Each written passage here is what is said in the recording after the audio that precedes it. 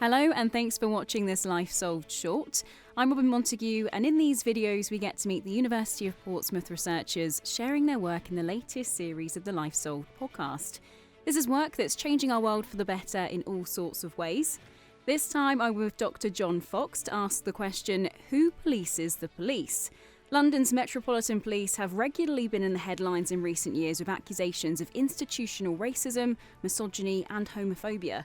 John served in the police himself before taking up an academic position with the University of Portsmouth, and we'll be hearing about the way that police recruitment has changed over the decades, for good and for bad, and what he thinks can be done to restore confidence in the force for employees and the wider public. So John, thank you very much for joining me.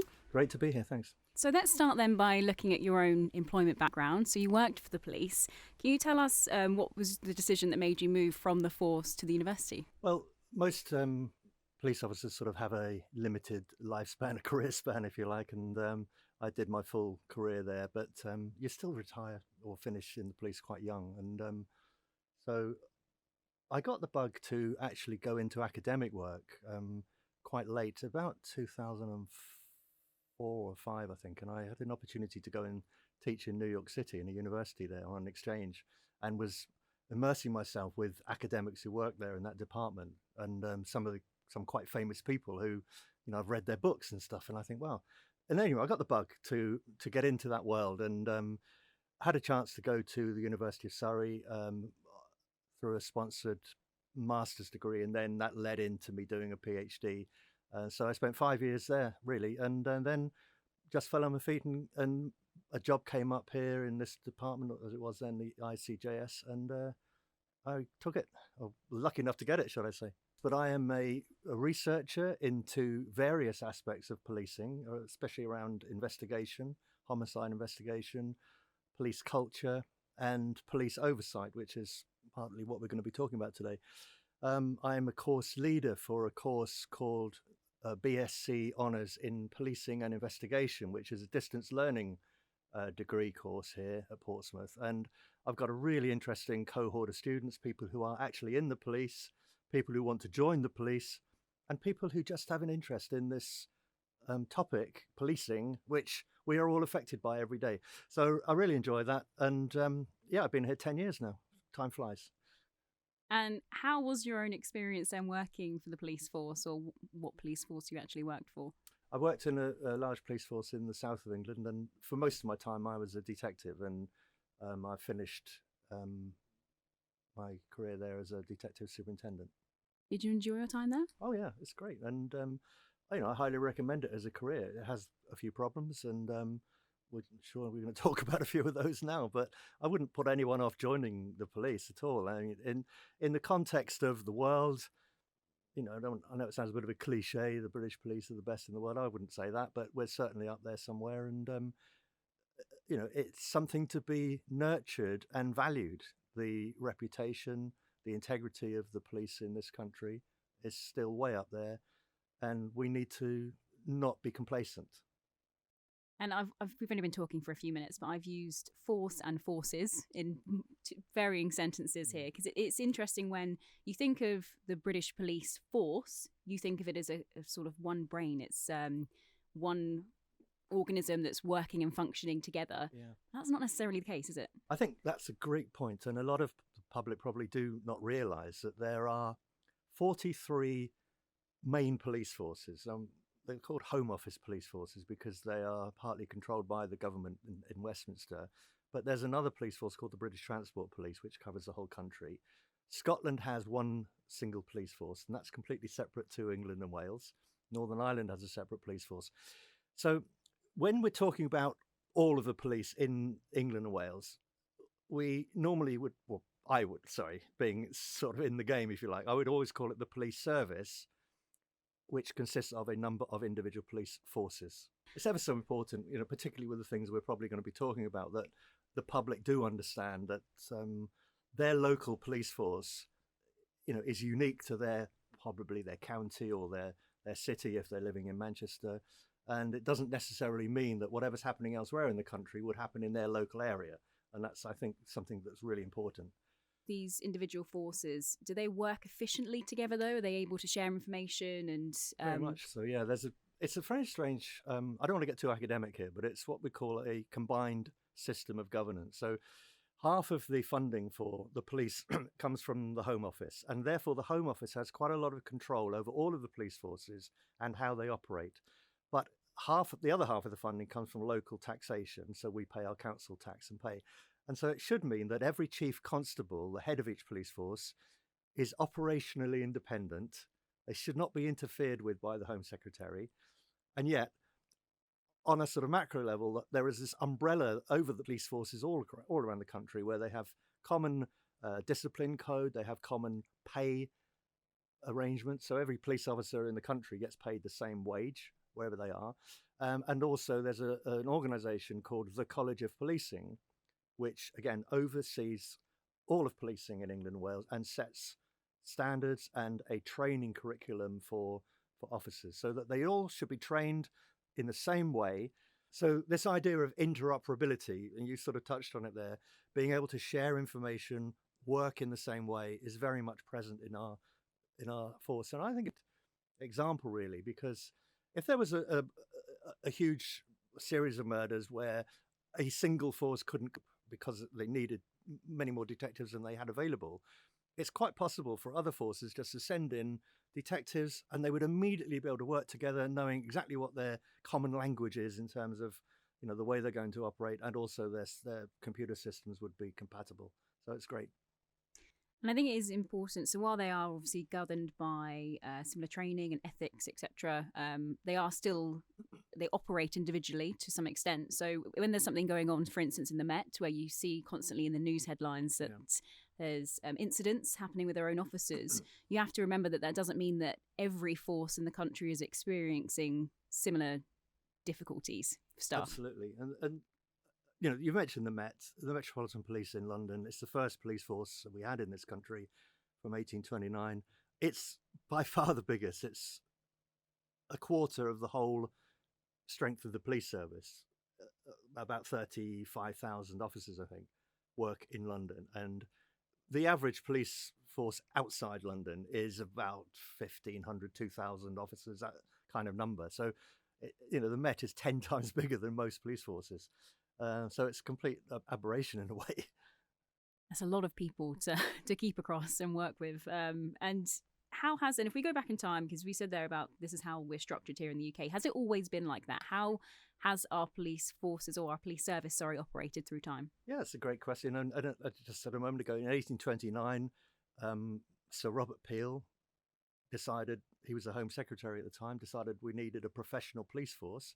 That's why they're called bobbies, by the way, after Robert Peel. And in Ireland, I think they still call them peelers, which is a little bit antiquated. But anyway, so he decided that they needed a police force in London, and that was created within about 10 or 15 years. Because that was deemed a success, every borough and county at that time was told to form a police force. So you ended up by about, I don't know, the mid-1920s with, I think, something like 150 different police forces around the country. And that's how it went on really till after the Second World War. And then in 1964, there was a review because it was thought that there were just too many and they were all working, you know, independently. A review of policing, which pretty well gave us what we've got now, which is this 43 police forces. They're normally based on a county. So if we're sitting here in Portsmouth and our police force is part of the Hampshire and Isle of Wight Constabulary, and the same officers who work in Portsmouth are in the force that work in Southampton, Basingstoke and the Isle of Wight. And you said about how police officers all receive similar training or the exact training. Are they vetted in the same way then as well? Does the vetting process happen similar? No, this is a problem. Vetting's a bit patchy, and the College of Policing has set guidance on vetting. So you've got 3 basic levels of vetting. Every recruit that comes into the police will have pretty basic vetting, to be honest. They will check that they haven't got a criminal record, check that they're not known, you know, to the sort of security services as potential terrorists, that sort of thing. They will also check whether you're in debt. So they're able to get into your financial information. If you've been made bankrupt, they'll be able to find that sort of stuff out. but a lot of it is down to the self-declaration of the applicant. Now, as you move up through the police service, if you become more senior and you have to have access to confidential or secret information, then there's a higher level of vetting. And the most senior police officers, the people and the people who are in counter-terrorism roles, for example, will be vetted to the same standard as a government minister. And that's called developed vetting, where they do actually really dig into your background quite a lot. But very few officers actually have that level of vetting. And most of them have a pretty basic vetting, which arguably, in view of what's been happening recently, as you said earlier in London, is not good enough. And it sounds like it's more of a digital footprint rather than to get to know the individual on a personal level. Is that how, before the digital age, how were police officers vetted? Well, I think that's a really, really important point. You know, I kind of look at it like this. They pretty well know what an officer does in terms of their financial affairs, whether they're a registered criminal, but they don't know how an applicant officer thinks. Okay, and that's the big difference. So that, to me, is where things need to change. Now, in the dim, distant past, police sergeants would go to the home of an applicant, of an officer or a person that wanted to join the police. They would actually go and visit their home, and they'd sit down and they'd talk to family members, and undoubtedly they have a bit of a snoop around, you know, check that the dog was looked after. It just gave them a fit. It sounds a bit haphazard and maybe a bit antiquated and not that sort of businesslike, if you like. But they got a feel for how the person lived in their private life, and probably a bit more about how they thought, as well as just what they could find on computer systems. Okay, there were no computers in those days, but you know what I mean. That's gone now for whatever reason. There is no sort of visit to meet family and friends of the applicant and then asking searching questions about how that person is at work. What are they like in their snooker club? Because then you get a much better idea, perhaps, of how they think as well as what they are. And that's not there anymore. And in fact, during COVID, I believe there wasn't even a face-to-face interview in most forces because they simply couldn't. So they were doing police interviews over Zoom. When you get an officer comes into the force, they might have good ethics, for instance, or have a certain view of the world. But after a certain length of time in the force, their attitudes or their opinions on situations might change dependent on what force they're in and who they're surrounded by. So is it important to maybe continue vetting even when they've joined? Yeah, and again, this is patchy. I know that some forces, the force next door to us, maybe Hampshire, I don't know what Hampshire does now, but I know Sussex Police, they I think re-vet people after 10 years. But again, this is not a national standard, and arguably, vetting is so important, especially in view of some of the things that have been uncovered in London recently, that they need to have a mandatory standard of vetting, which not only includes re-vetting. I mean, okay, so you join the police and then 10 years later you have to fill in another set of forms which are the same as the first forms. They're still not getting into the head of the person or finding out what they really think. So I think that there needs to be much more than vetting. It's about, unfortunately, to say it, an intrusion into the workplace, the kind of private areas, if you like, of the workplace. So, and it's not that controversial. If you look at other industries, they'd probably do it in Amazon. I know for sure they do, because I've worked on a case where in a big Amazon warehouse, they had employees who were undercover officers working for the security, mingling with the actual warehouse staff to see who steals the fridges. So that's not unusual in any industry to have that going on. And the police really ought to be doing that, if they're not already, as a matter of course, in order to have constant covert monitoring of the workplace, if that makes sense. And it will be uncomfortable maybe for the workforce. But what really shocked me about the most recent report that came out from Baroness Casey a few weeks ago was one quote in there from a female officer. And she was quoted in the report saying, I may not get the words exactly right, but she said, "I'm frightened to go to work. I'm scared of the police." Imagine that. She is a police officer and she goes to work every day for 8 hours and she's scared to be there because of the attitudes of the people that she's working with. So any criticism of the police in this level is not about criticising the police. It's about trying to get the police to protect their own workforce and make it a safe place for the vast majority of good people who actually want to go there and do a good job for us, the public. We have to actually make the bad people feel that they are in a hostile environment and not that they are in that they're in the safe environment that I think many of them have felt up to now. Well, thank you so much for talking with me, John. It's been really interesting. And whilst the behaviour of some Met Police officers can't necessarily be attached to all officers or all UK forces, recent incidents have highlighted some shared cultural issues, which we've obviously covered, and some of the wider failings of the police service generally.